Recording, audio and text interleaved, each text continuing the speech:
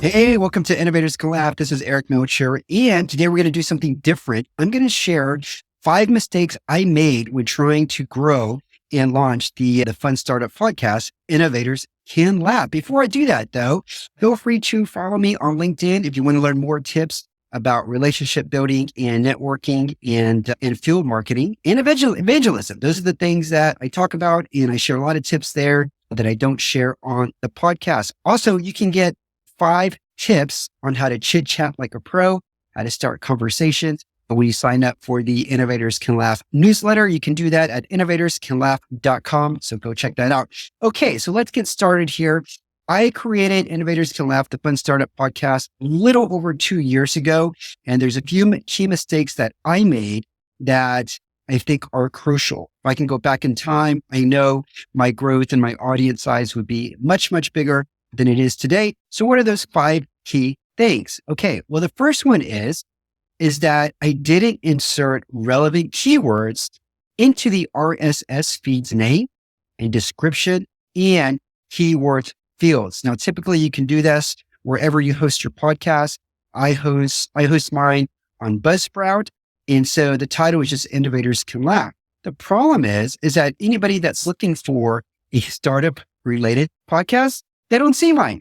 So, Apple Podcast SEO is like Google SEO 15 years ago. So I am totally missing out on the SEO results that I could have gotten by not doing this. So once I learned this mistake, I changed the title. It's still called Innovators Can Laugh. And then it says dash the fun startup podcast. In the description of the podcast, I include those keywords, and then same thing in the keywords field. So that's a simple chain that you can, either you're making that you can make, but you can do it fairly quickly. So check that out if you haven't already. Second key thing here is trying not to get listed in top niche podcast publications. So if you go to Google, for example, and you look for top startup podcasts, well, there's a lot of publications and blogs or articles written by different, third parties. And unfortunately, Innovators Can Laugh is not listed in any of those, despite that we are a top 10% global podcast, more than 100 episodes. And unfortunately, we're just not in there. So that's the second thing I should have focused on, is basically Googling, these top niche podcasts, like top startup podcast, best startup podcast, making a list of them, and then basically reaching out and offering something like, hey, can you guys list me? I'll offer you a backlink. Maybe I'll give you a spot on my newsletter, whatever, in exchange for getting featured on those publications. So this is something I just started working on. And this is essential because I think that's how a lot of people find or discover podcasts, by Googling them. Okay. I want to shout out to Tom Hunt for this tip. He posted it on LinkedIn. And so I saw it and I thought, crap, why am I not doing that? All right. Thanks, Tom. I'm on it now. I'm on it. Okay. Key tip number 3 here. Mistake number 3, publishing crappy interviews, recordings that were not engaging, fun.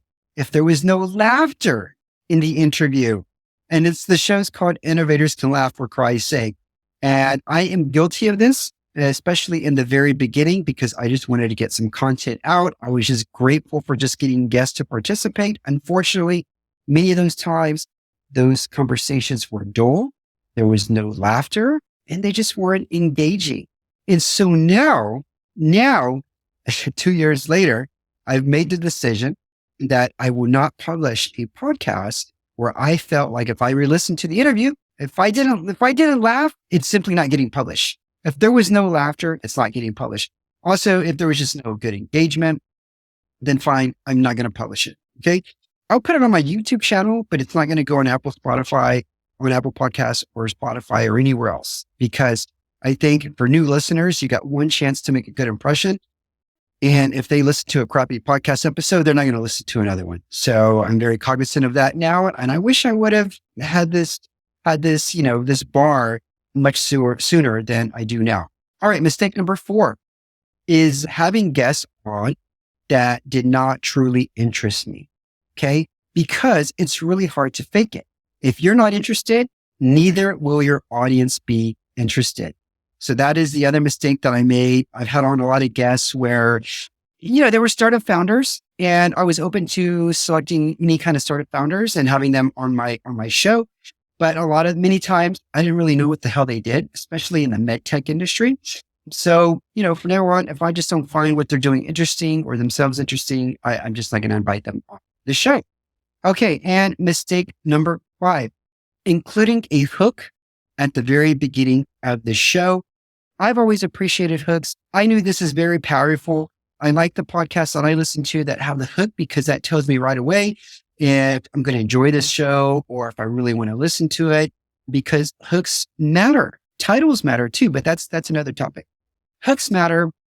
Unfortunately, I didn't really do this in the beginning because it's very time consuming. You record the interview, you have to re-listen to it again, trying to find out what's going to make a good hook. And then you got to figure out the timestamps and then share that information with your video editor. It's just a very time consuming process. And because I am a one-man show, I avoided doing that. But now, beginning with season 6, all my episodes have a hook. And I think it just makes for a better show and better engagement. So there you have it. Those are 5 mistakes that I made in growing and launching my podcast. If you have any questions about podcasting, go ahead and reach out to me. You can find my contact info at innovatorscanlaugh.com. If you're not following me already, feel free to say hello on LinkedIn at Eric Melcher. Tag me, say hello, let me know that you're listening. And if you enjoyed this, feel free to give us a star rating or review and tell others about it. I greatly appreciate it. That's how we're growing. And feel free to subscribe. All right. Thanks.